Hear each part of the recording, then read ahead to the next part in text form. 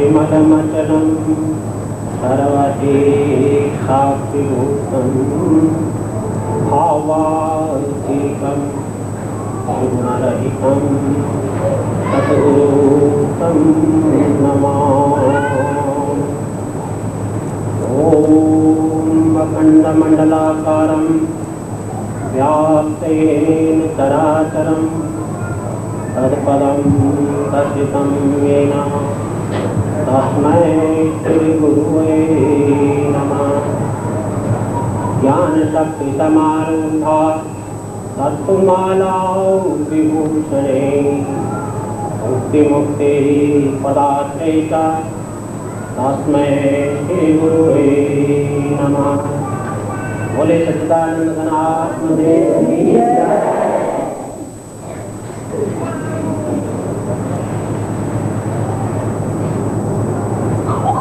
हमारा आत्मा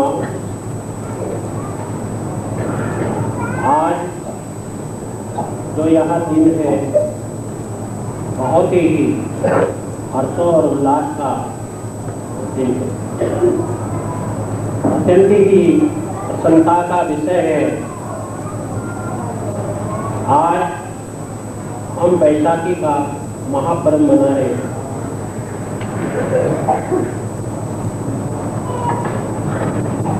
ये वर्ष का आरंभ है और इसी प्रकार से जीवन का भी आरंभ होता है। जहाँ हम आज बैठे हैं वहाँ पर यहाँ जो सत्संग पंडाल है ये नवनिर्मित है। आप लोगों का सहयोग, श्रद्धा, प्रेम और विश्वास का यह स्थान प्रतीक है। आप सबकी सद्भावनाओं के फलस्वरूप ही आज हम इस सुंदर सत्संग पंडाल में बैठे हैं और जीवन का सर्वोच्च जो ध्येय है, जीवन की जो अमूल्य निधि है, जीवन की जो सार्थकता है, उस महान सत्य को जानने, समझने, अनुभव करने, हृदयगम करने के लिए हम सब विराजमान हैं। परमात्मा तो सर्वत्र विराजमान है,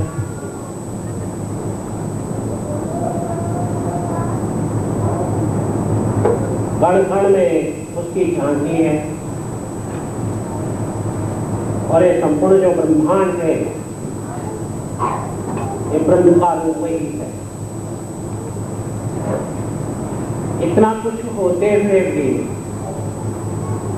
मनुष्य इस संसार की दवानल में उलझता है, नाना भांति की चिंताओं में दर्शित एवं दर्शित अशांति की ज्वालाओं में जल रहा है। महाआश्चर्य है, जिसे हमारे ऋषि मुनियों, महान संतों ने यह घोषणा की कि यह जो जगत है, या जो ब्रह्मांड है, या जो संसार है, ये ब्रह्मरूप है। वही ब्रह्मरूप जगत में रहने वाले ये संपूर्ण जीवराशि नाना प्रकार के द्वंद्वों में उलझे हुए हैं, और जो इनका अपना सत्व है, जीवन का जो सार है, जीवन की जो मिठास है, जीवन का जो आनंद है, उससे बहुत दूर कहीं अंधेरे में अटक रहे हैं। प्यारी आत्माओं, ऐसा क्यों है?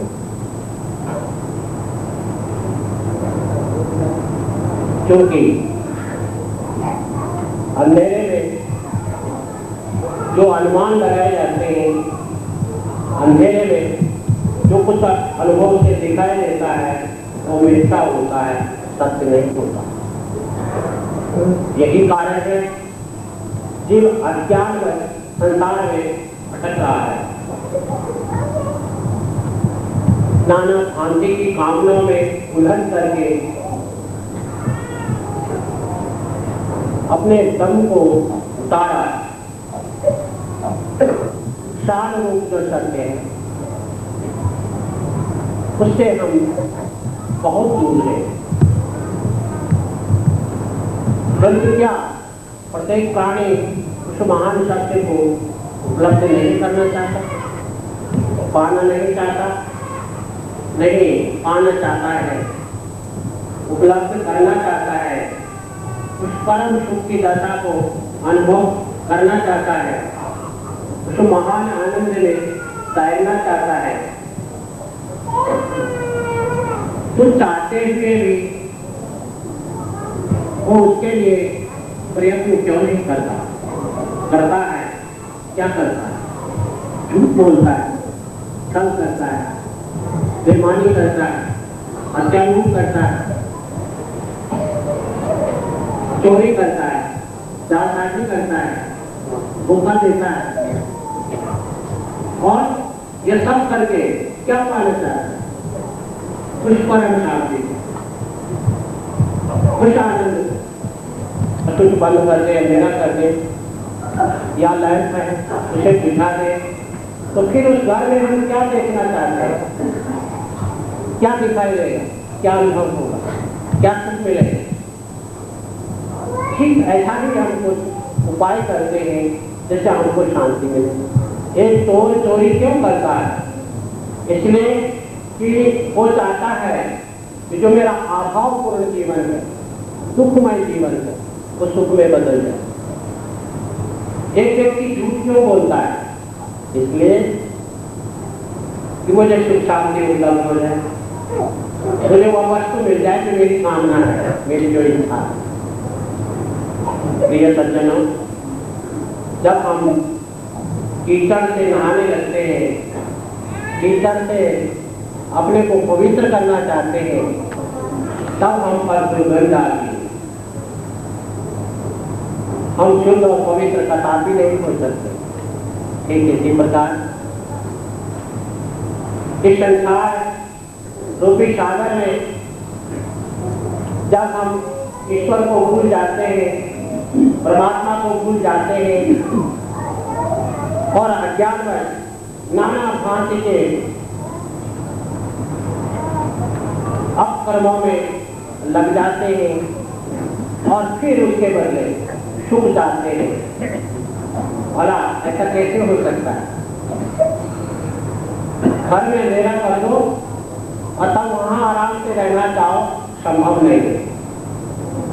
कीचड़ से नहा लो और तब आपको अपने पे सुगंध सूंघने लगो, संभव नहीं हो, असंभव।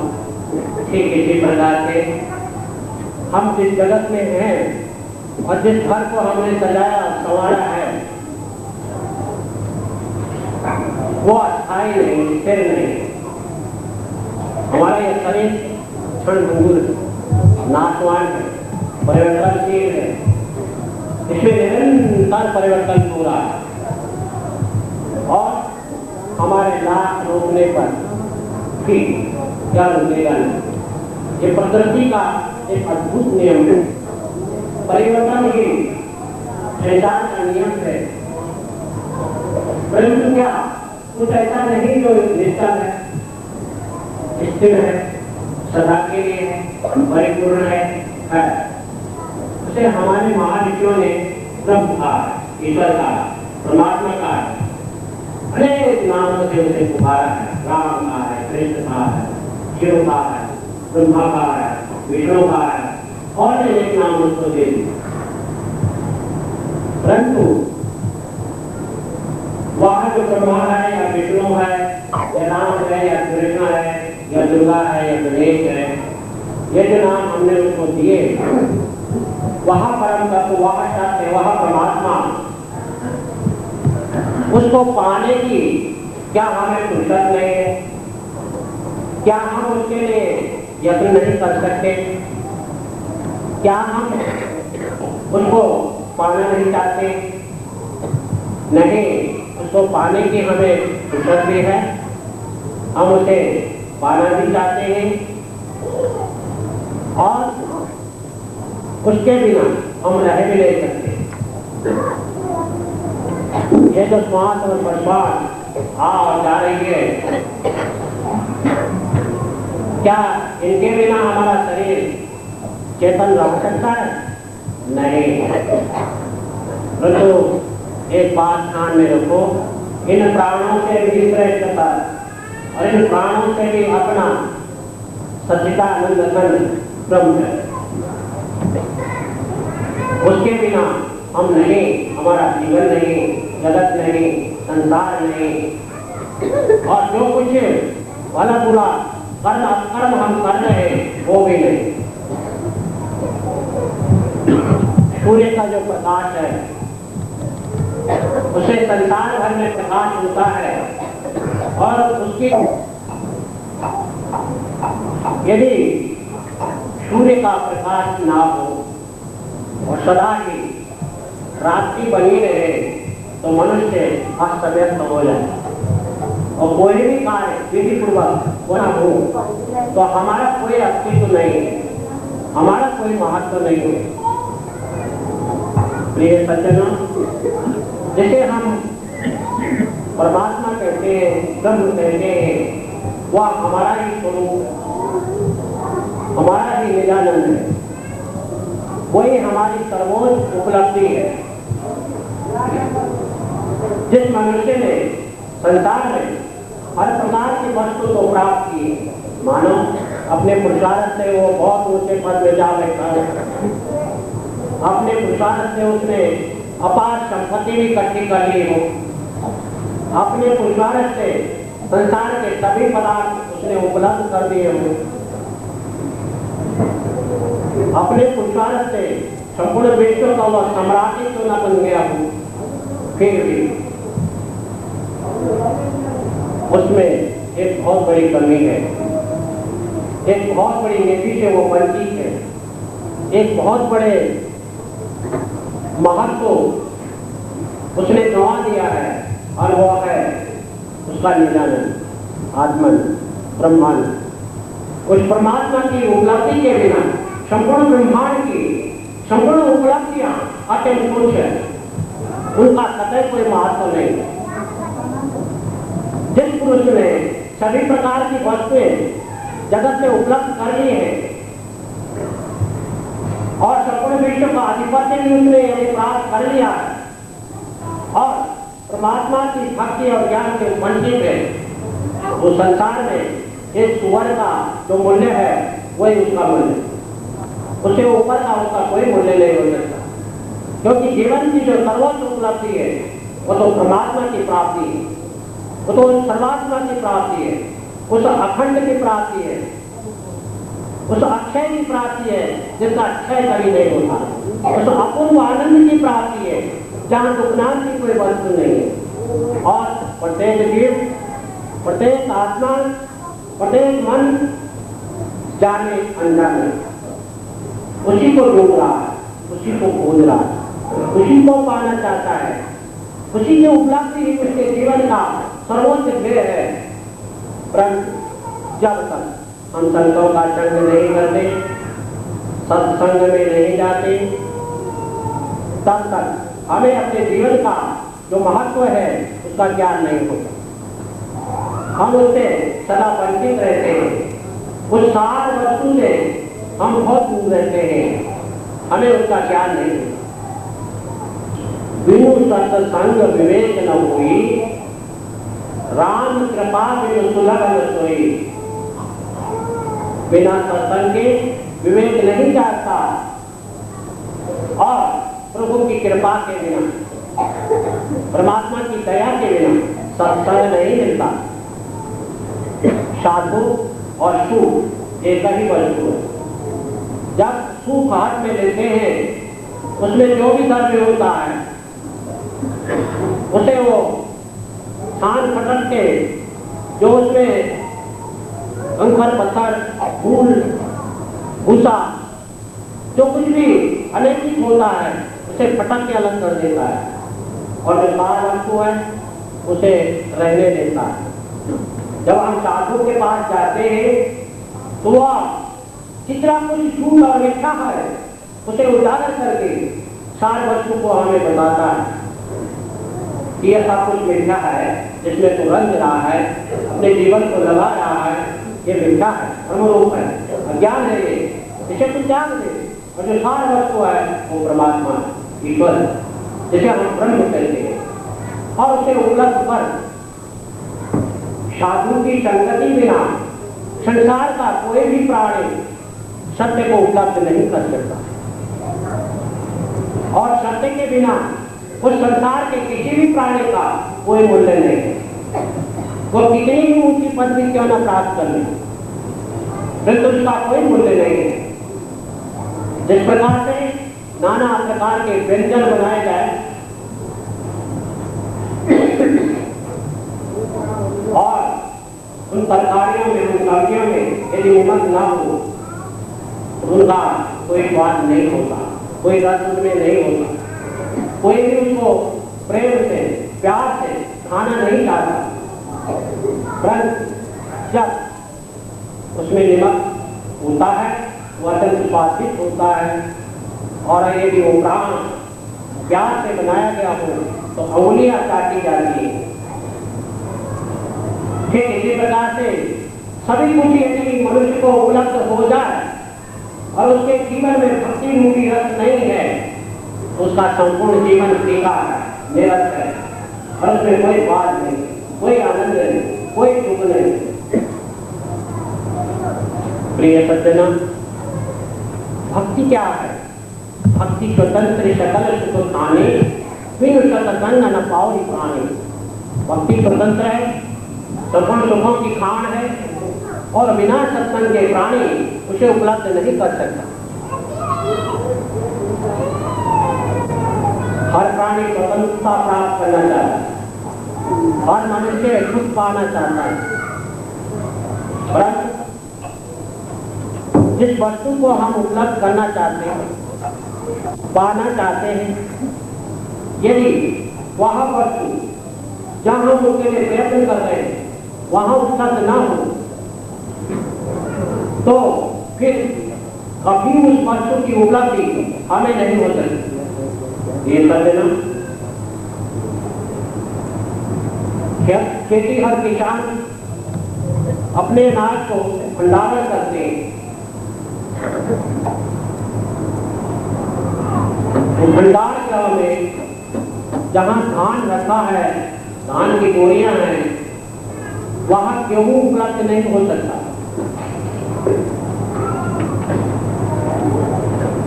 और जहां गेहूं का भंडारण किया गया है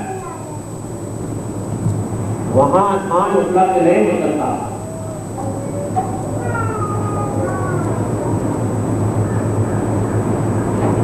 हम उस भंडारण को करोड़ बार उलट पलट क्यों न करें? मानव जिस तरफ में धान भरा है उसको उलट दें, फिर उसी भर दें, गेहूं उत्पन्न नहीं हो, गेहूं की प्राप्ति नहीं हो, वहां धान है, धान ही उपलब्ध हो सकता है। ठीक इसी प्रकार से इस संसार में खटपट करके अज्ञान अंधकार में पड़ करके संसारी भक्तों से हम सुख पाना चाहते हैं। संसार में सुख नाम की कोई वस्तु नहीं है, और जो लोग संसार से सुख प्राप्त करना चाहते हैं उनसे बड़ा दुख कभी संसार में कोई नहीं। संसारी वस्तुओं में कुछ भी आनंद नहीं है, कुछ भी सुख नहीं है। हर वस्तु परिवर्तनशील है, छीनने वाली है, टूटने वाली है, गलने वाली है, वियोग होने वाली है, जाने वाली है। इस संसार की कौन वस्तुओं में सुख दे सकती है? यदि ऊर्जा पर प्राप्त हुआ है तो उस पद को बनाए रखने के लिए नाना प्रकार के झूठ और छल और प्रपंच करने पड़ते, तो भी वह पद बने नहीं रह सकता। संसार की कोई भी संपत्ति यदि हम संभाले रखना चाहते हैं तो मूर्खता होगी, क्योंकि संसार की कोई भी वस्तु स्थिर नहीं है, सदा रहने वाली नहीं है। चोर लूट के ले जाएगा,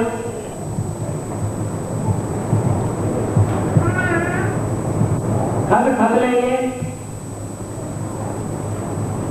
दुर्भाग्य से विनाश हो जाएगा, या फिर हमारा शरीर गिर जाएगा, वो वस्तु नहीं रह जाएगी।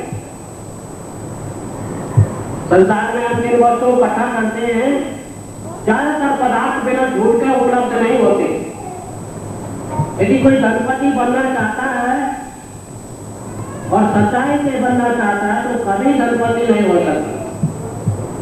सच्चाई कोई धनपति हो सकता है? कभी नहीं। जब दूसरे का मारेगा, दूसरे का लूटेगा, दूसरे का नहीं देगा, तब वो करोड़पति हो।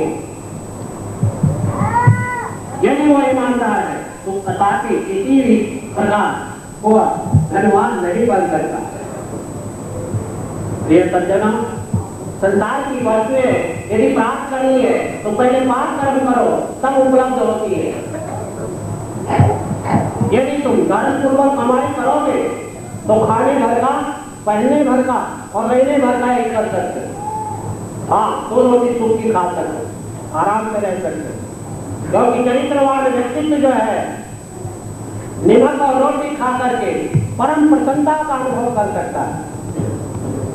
परंतु कोई धनपति अपार परिश्रमों को अपने पास रख करके सुख की नींद कभी नहीं सो सकता और भर पेट भोजन भी नहीं कर सकता।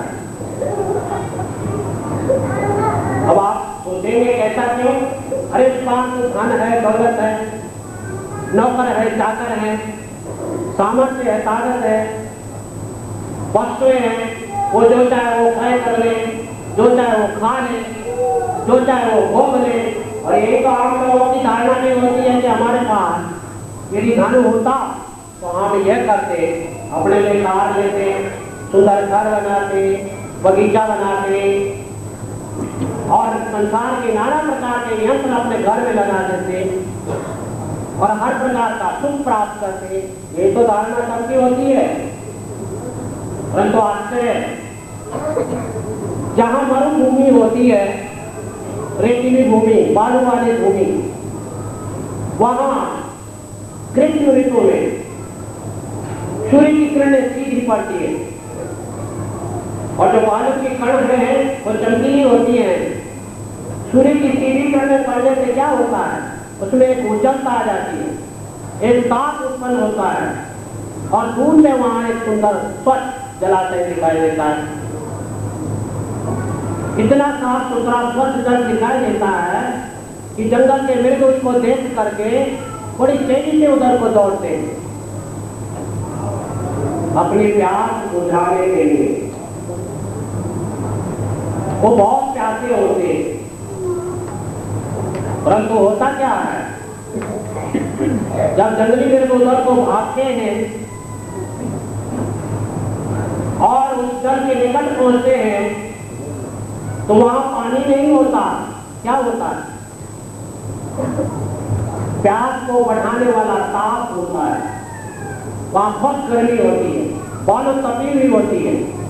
पहले तो प्यास से व्यक्ति तड़फड़ा रहा है, अब वो पानी के पास गया तो जहाँ उसके विवेक से, उसकी बुद्धि से पानी दिख रहा है, वहां प्यास बढ़ाने वाला भयानक ताप है।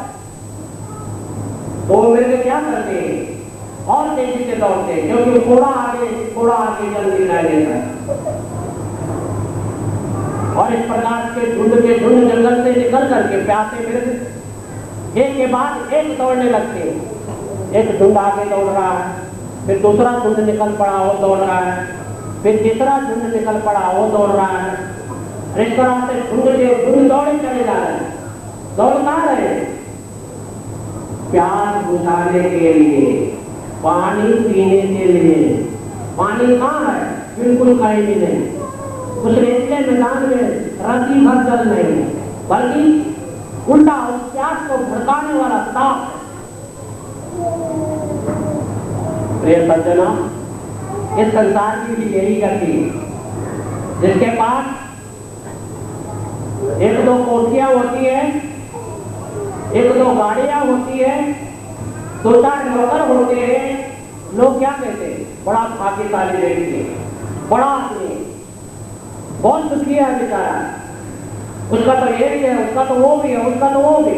दुर्भाग्यवान तो हम, क्योंकि हमारे पास कुछ है नहीं। तो हर व्यक्ति चेष्टा करता है कि जैसा उसने कमाया, जैसे उसके पास घर मकान है, जैसे उसकी गाड़ी है, जैसे उसके पास नौकर चाकर है, मैं भी प्राप्त करूंगा। तो वो भटकता है, प्रयास करता है, क्या होगा? उसे हानि उठानी पड़ती है। फिर वो सोचता है कैसे कमाऊं, फिर वो झूठ का सहारा लेता है, छल करता है, कपट करता है। तब वो क्या देखता है? धन आने लगता है। मानो एक ठेकेदार है और ठेकेदारी शुरू करी, नौकरों का मार दिया, लेबर का आधा दिया, आधा नहीं दिया, और ऐसे करके चल बसे। वैसे घर में रखते भोजन करते, छोटा हो गया, मैं क्या करूँ, बोलने लगे, कबाब बोलने लगे। बेचारे मजदूर तो बड़े महान होते हैं ना, वो सोचते देखो क्या करना बेटा है, हमारा ठेकेदार तो मारा हो रहा है, इसको तो हानि हो गई है, टोटा पड़ गया है, अब हमको कहाँ से देगा? अरे जब इसके अपने लिए नहीं है तो हमको कहाँ से देगा? वो बेचारे अपनी मेहनत भूल जाते। मानो एक दुकानदार है, तो उसने क्या करा, कोई एक खरीद के रख दी, अभी उसके पास खूब पैसा है, काफी सारे खरीद के रख दी, गुदाम भर दिया उसने, धीरे धीरे थोड़ी करके बेच रहा है। जब उसे यह पता लगता है कि आगे सामान कुछ देर में महंगा होने वाला है, तो क्या करता है? बेचना छोड़ देता, कहता है ही नहीं। अब तुम जिस दुकानदार के पास भी जाओगे, वो कहेगा नहीं है, ये चीज आई नहीं, आजकल आई नहीं रही, बंद हो गई, लोग छटपटाने लगेंगे, सेवा करना। अरे यार कुछ दे दे, कैसे दे दे, टुकड़े ले ले, टुकड़े ले ले, अरे यार थोड़ा है मेरे पास, चुपके से दूसरा न चुने तो, और चौकड़े में और लेके दे, मेहनत करेंगे उसको देंगे। दूसरा भी कहते हैं उसके पास मिल रहा है, तुम वहां चले जाओ। दूसरा था, तीसरा था, तो कहो तो झूठ से उसने बहुत कमा लिया, कम तोल दिया, मिलावट कर दी। और इस तरह से कोई लाला यदि दुकानदार करोड़पति बना हो तो बिना मिलावट, बिना चोरी, बिना कम तोले, बिना चौगड़ा मुनाफा लिए काफी करोड़पति नहीं बन सकता। ये तो वही भीख मांगता रहेगा, वही छोटी सी दुकान बनी रहेगी, वही लौटता रहेगा। हाँ, इतना हो सकता है कि अपना 2 रोटी आराम से खाए, पर वो स्वीकार नहीं है जीव को। वो चाहता ही नहीं ऐसा कि मैं 2 रोटी सूखी खा लूं। वो चाहता है मुझे चोर की भी भय लग जाए, मुझे सरकार का भी भय लग जाए, मुझे नींद भी खत्म हो जाए, भूख भी बंद हो जाए, लाखों कठिन रोग भी लग जाए, ऐसा चाहता है। और तो जो हमने पहले कहा कि कीचड़ से नहाए आदमियों से मैं तो सुंदर हो गया, पवित्र हो गया और बार बार नहाए तो कहो तो क्या होगा? ठीक है, करता है जी, सुख तो पाना चाहता है और किन बात से? संसार की वस्तुएं इकट्ठी करके।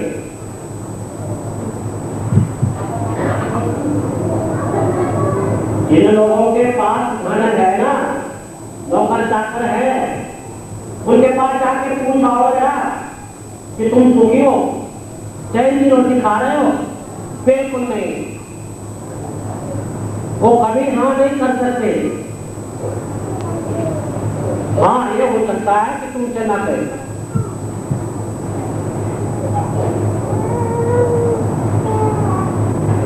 आप लोगों से अपना बोलो ना रोए, ऐसा हो सकता है। अपनी सड़क बढ़त दिखा के जो है ऐसा अनुभव कराए कि हम तो 60 बात में, परंतु हम तुम्हें यह कह देते हैं कि कोई भी धनाढ्य और ऊंचे पद में बैठा हुआ व्यक्ति, धन दौलत से संपन्न व्यक्ति छाती पे हाथ रख के कभी यह नहीं कह सकता कि मैं सुखी हूं।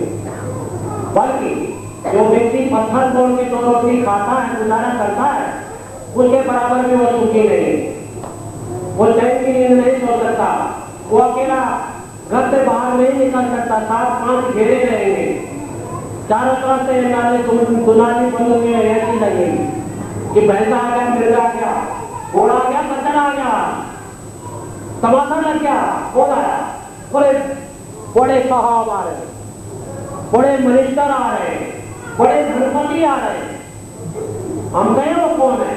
घोड़े कटर, हाथी आ जाए इधर तो लोग दुनिया हाव हाव करने लग जाएंगे। भैया, ये उपलब्धि नहीं है जीवन की। हमें उन लोगों से ये नहीं, तो खूब कमाओ, खूब खाओ, बहुत करो। रंडोबा मेरी बात तुम्हें कह देते हैं, जो स्वाद निमन रोटी में है ना, जो सुख झोपड़ी और कुटिया में है ना, जो आनंद सताई में है ना, वो संसार भर में स्वप्न में तुम्हें उपलब्ध नहीं है। अगर रहनी है तो संसार की रहनी इस तरह से है, क्योंकि अगर तुम प्रयास करके धन कमा भी लोगे, झूठ करोगे, छल करोगे, दूसरे को लूटोगे और तुम धनपति बन भी गए तो भी तुम्हारे हाथ कुछ लगने वाला नहीं। तुम्हारी संतान ऐसी दुष्ट निकलेगी कि तुम्हारे घर को तथा नशा कर डालेगी। तुम्हारी कमाई तुम्हारे आंखों के आगे बुरी तरह से पहली ही तुम्हें दिखाई देगी और तुम रोक ना सकोगे। तुम्हारी पत्नी ऐसी दुष्टा निकलेगी जो उस घर की संपत्ति को बुरी तरह फूक डालेगी। तुम्हारे दुश्मन तुम्हारे पीछे इस तरह से पड़ जाएंगे कि तुम्हारा सारा धन लुट जाए। क्या ऐसा नहीं होगा? अगर नहीं होता तो किताब पढ़ने पड़ती। अरे सुनाई नहीं देता तुमको दुनिया में, उसका ऐसा समाचार, उसकी संतान ऐसी निकल गई, अपने आप पेट था, सौकार था, करोड़पति था, धन था, पैसा था, बुकीटे थे, मकान थे, गाड़ियां थे, और संतान ऐसी दुष्ट निकली कि घर का कठा नशा कर डाला और आखिर में बाप को भी झूठे मारे और तब वो हाथ मलता रह गया कि किसके लिए कमाया, क्यों कमाया था। जादवपति धनपतियों को तुम पागल सुनोगे, पागल होगा बुढ़ापे में, बड़ा अफसर जो होगा उसको घर में सुखने में रोटी को देकर सोते के बराबर नहीं पूछता कोई। वो तुम्हें पार्कों में सांप के टाइम टहलते हुए मिलेंगे, 10-10 बूढ़े 4-4 बूढ़े इकट्ठे मिलेंगे तो कहेंगे अपने जमाने में हमने ऐसा करा था, उनको लूटा था।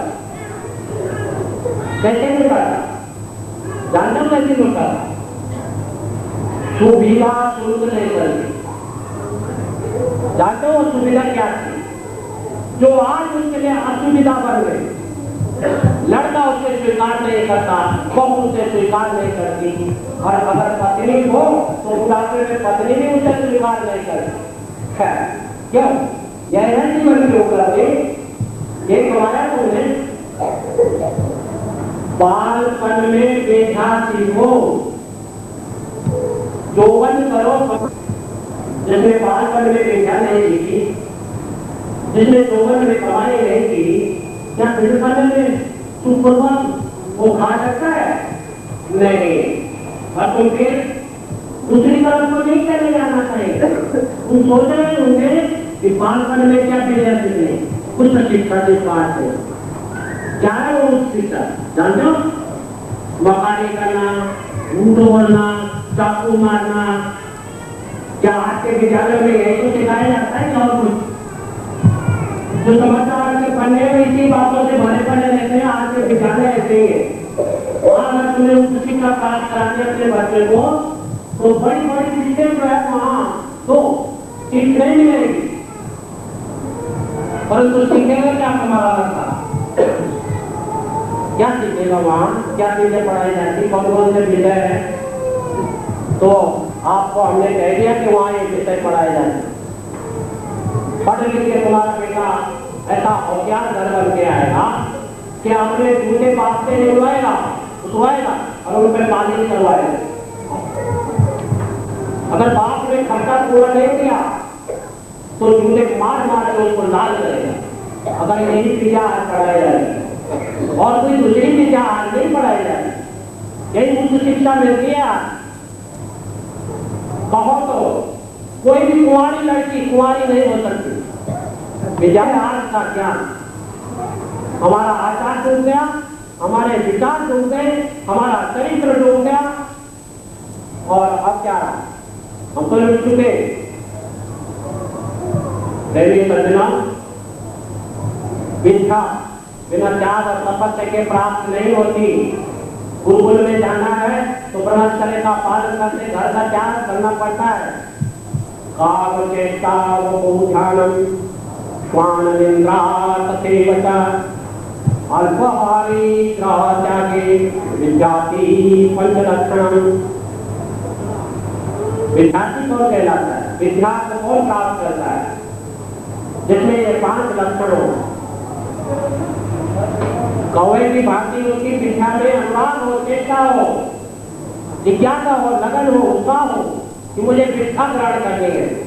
आप बार बार पूछते हो मैंने कहाँ से पढ़ना, मैं जानता नहीं वनस्पति विज्ञान क्या हुआ, मुझे कुछ पता नहीं। कहा अरे भाई 3 हिस्सा जीवन तेरा निकल गया, तू भाई के लिए पी रहा है जब तो कुछ जानता ही नहीं है। थोड़ा आगे गए तो वहां भंवर पड़ गया, नाव भंवर में फंस गई। तो अब वो मरवा पूछता है बाबूजी आप तैरना जानते हो कि नहीं? कहा नहीं भाई। तो कहा मेरा तो 3 ही हिस्सा जीवन बेकार गया, पर बाबूजी अब तो आपका सारा ही जीवन डूबने वाला है, अब क्या होगा बताओ? तुमने जब तैरना नहीं जाना तो इन सारे विज्ञानों का क्या करोगे? ये तुम्हारे किसी काम के? अब पढ़ो, भूगोल पढ़ो अभी है तो कहने का साथ समझे। अरे जीवन का जो वास्तविक जीवन है हमारा, मनुष्यत्व का जो जीवन है, आनंद का जो जीवन है, सुख का जो जीवन, यदि हमने वो नहीं पढ़ा तो फिर क्या पढ़ा? क्या पढ़ा है हमने? बताओ क्या पाया हमने? जानो जब जीवन का गुण नहीं जाना, जीवन का सार नहीं जाना तो क्या जाना? फिर तो नाव भंवर में फंसी जाएगी ना, क्योंकि ये जीवन सदा के लिए तो है नहीं। नाव जरूर भंवर में फंसती है, बुढ़ापे में फंस जाए, गर्भ में फंस जाए, जन्म लेते ही फंस जाए। तात्पर्य यह है कि कब यह देह छूट जाए कौन जानता है? किसी को पता नहीं है। और यह छूटने से पहले जैसा एक व्यक्ति जो है नीचे मानो दिल्ली में चले गया किसी विशेष काम से, तो उसने क्या किया? उसने पहले जाके कमरा जाना चाहिए ताकि अपने पास जो सामान है उसे वहां रख दे। उसके बाद बाजार का सैर करनी चाहिए ताकि जब बाजार बंद होगा या हम थक जाएंगे या बाजार से हमने जो क्रय करना है सामग्री उसे ले आएंगे तो सुखपूर्वक अपने कमरे में बैठ जाएंगे। अब मानो जो दिल्ली घूमने गया उसने कमरा कुछ नहीं किया, कहता हम चलते आप जो है बाजार से। अब दिन भर नाना भांति के चकमक देखता रहा, ये चीज क्रय करे, वो चीज क्रय करे, वहां दिखाओ, सारा कुछ देख लिया। अब अंधेरा कितना पड़ गया कि मानो रात की 12 बजे। अब सोचने लगा कि कमरा तो लिया नहीं, क्या करे? आप ही कहो अब क्या करें? क्या होगा? पुलिस वालों की बात तो अलग था, साला गुंडा लेगा का दे रहा है? और दिल्ली की ठंड जिसने देखी ना हो उसे क्या पता? अगर सर्दियों की बात हो तो कड़ाके के ठंड में जो है वह बड़े, और यदि गर्मी न देखो किसी ने दिल्ली की तो भी उसे पता नहीं होगा। बाहर जब उनको पूरी तरह मच्छर खाएंगे ना और धूल और धुएं की गंध आएगी ना तो सोना जीना आराम कर देगी। ये समझना,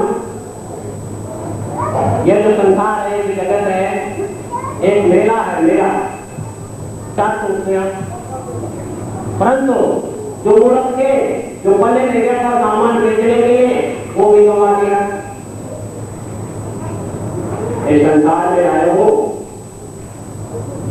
और ये बहुत बड़ा मेला है। इस मेले में अपने जीवन को नष्ट नहीं कर डालना, अपना जो मूलधन है उसे नहीं गंवाना, और हो सके जब यहाँ से घर बचने की बारी आई तो कुछ कमा के जाना। भजन में पहले मिलानो बनियो घूम फिर घूम कैसे पाए? मनुष्य भजन के बिना तो दूसरे का बैल बनेगा और तेरे दोषी होंगे, होगा तेरा मुंह होगा, पीछे पूछ लटकेगी। बता तू अब कैसे उस शब्द को पाएगा? हमसे कविराज जी कहते हैं, कविरा गुरु की भक्ति बिना राजा फिर सब होए, और मिट्टी लाते कुमार की घाट में डाले कोई। संत कविराज जी कहते हैं कि गुरु की भक्ति के बिना राजा महाराजा भी बैल बनेगा, और किसका? कुमार का।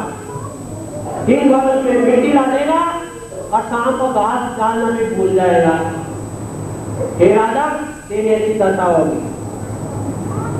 तो संत कविराज जी कहते हैं कि तुम राजा तो बने बन जाओ और गुरु भक्ति के बिना तुम्हारा जीवन निशान है।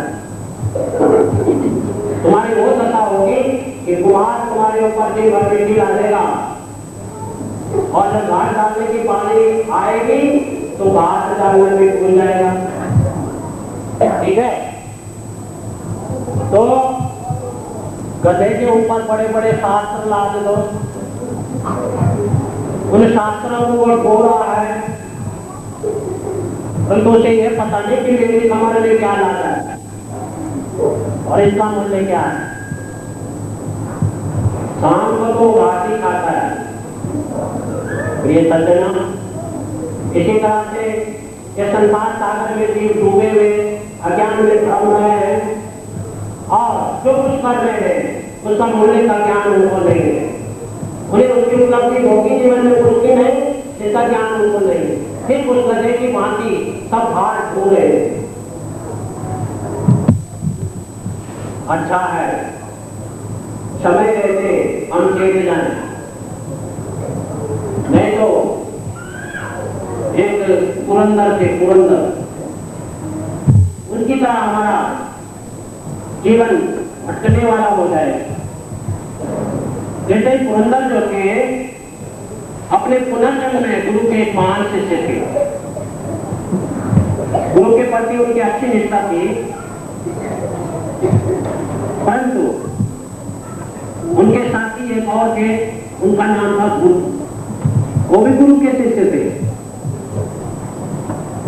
परंतु वो मनमुख थे। से हाथ की तोड़ता और पास में एक बुढ़िया रहती थी, उसके घर ले जाके खाता पीता, उस बुढ़िया को भी खिलाता। धीरे धीरे उनकी संगति में जो पुरंदर भी बिगड़ गई। और क्या होता है दूसरे जन्म में, जब पुरंदर जन्म लेता है, अच्छे धनाटे घर में लेता है, एक महान व्यक्ति के घर में जन्म लेता है, परंतु दुर्भाग्य से तो पिता की विद्या उसे प्राप्त हुई और न संपत्ति प्राप्त हुई, वो अनाथ हुई। अब उनके जो चाचा ताऊ थे उन्होंने संपत्ति को हड़प ली और एक छोटे से पुरंदर को संसार में धक्का खाने के लिए छोड़ दिया।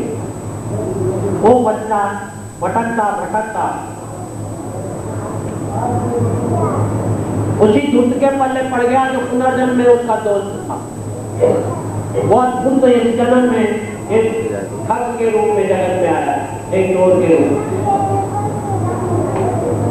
उस दूत को जब वो बालक मिल गया, उसने सोचा कि अब मैं इसको अपनी विद्या सिखाऊंगा, ऐसे मैं ठग बनाऊंगा और मेरी ठगी बढ़ जाएगी, मुझे सहयोग मिल जाएगा।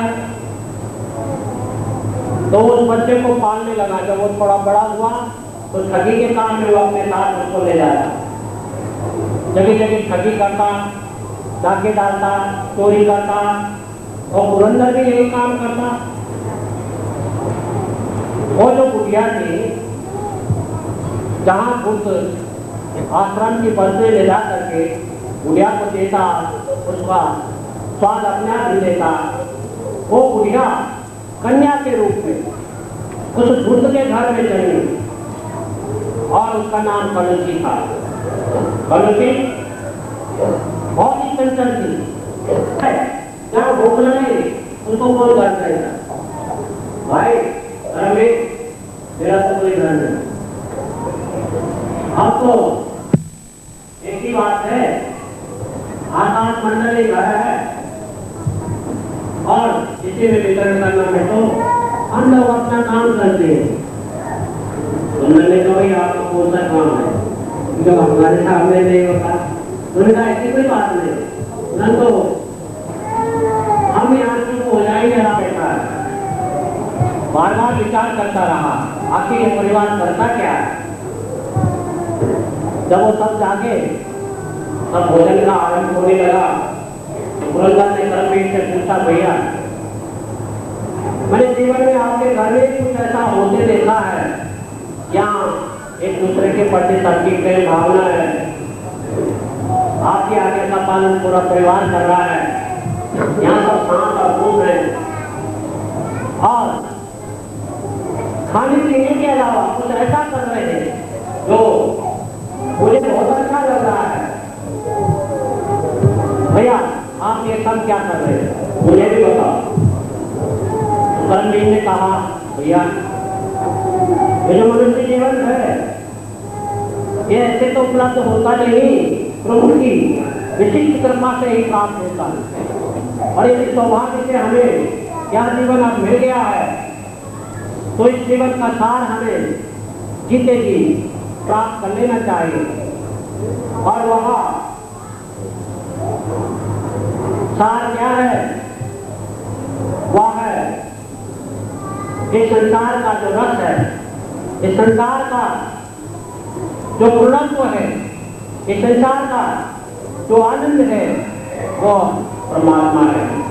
उस प्रभु की अनुपम, ये मुझे ऐसा लगता है जैसा पत्थर हो गया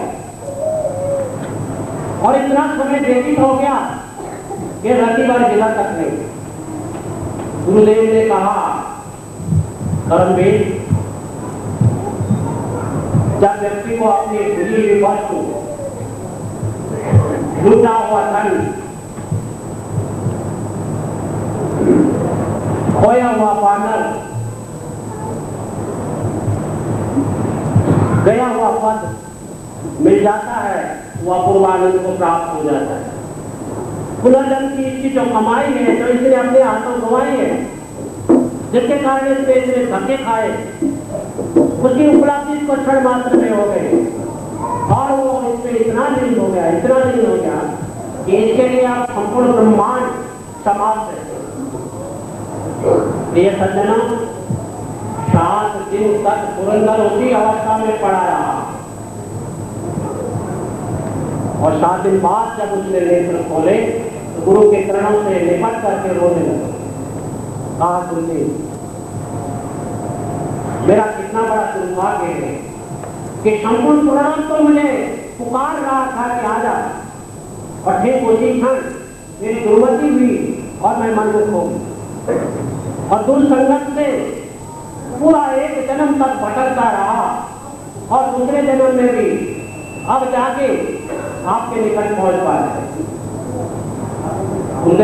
मुझे क्षमा कर दीजिए। तब मैंने जो वो विद्या आपकी कृपा से पाई थी तो उससे मुझे अहंकार हो गया। मैं सोचता तो मैं सबसे ज्यादा ज्ञानी हूँ, सबसे बड़ा विद्वान हूँ। धर्म के शिष्यों को उल्टी पुल्टी विद्या पढ़ाती थी, परंतु इसने कुछ पुण्य भी किए थे और वो ये कि जाने अनजाने आपकी दर्शन कर लेती थी, आपकी गलत के पा लेती थी और जाने अनजाने भजन कीर्तन इसके कानों में पड़ी जाते थे। उसी सौभाग्य के फल स्वरूप यह आगे आपके सन्निकट अब आप इस पर कृपा की। प्रिय सज्जनों, अपने अत्यंत प्रिय से सुंदर क्या कि जो प्रार्थना की उसे गुरुदेव टाल नहीं सके और गुरुआचार्य ने सतीता वो गुरु महाराज ने अपनी शरण ले लिया और उसे आशीर्वाद दिया और उसे उपदेश दिया। प्रिय सज्जनों, यह है सारा जीवन का खेल जिसे हमें समझना और जानना है। बोले सच्चिदानंद घन आत्मदेव की जय। दिव्य आत्माओं, आप लोगों ने जो कुछ श्रवण किया है हम पूर्ण विश्वास के साथ कह सकते हैं उससे आपका परम कल्याण हो सकता है। जो कुछ कहा गया उसे यदि थोड़ा भी आपने ले लिया और अपने जीवन में अपना लिया तो आपका महान कल्याण हो सकता है। दिव्य आत्माओं,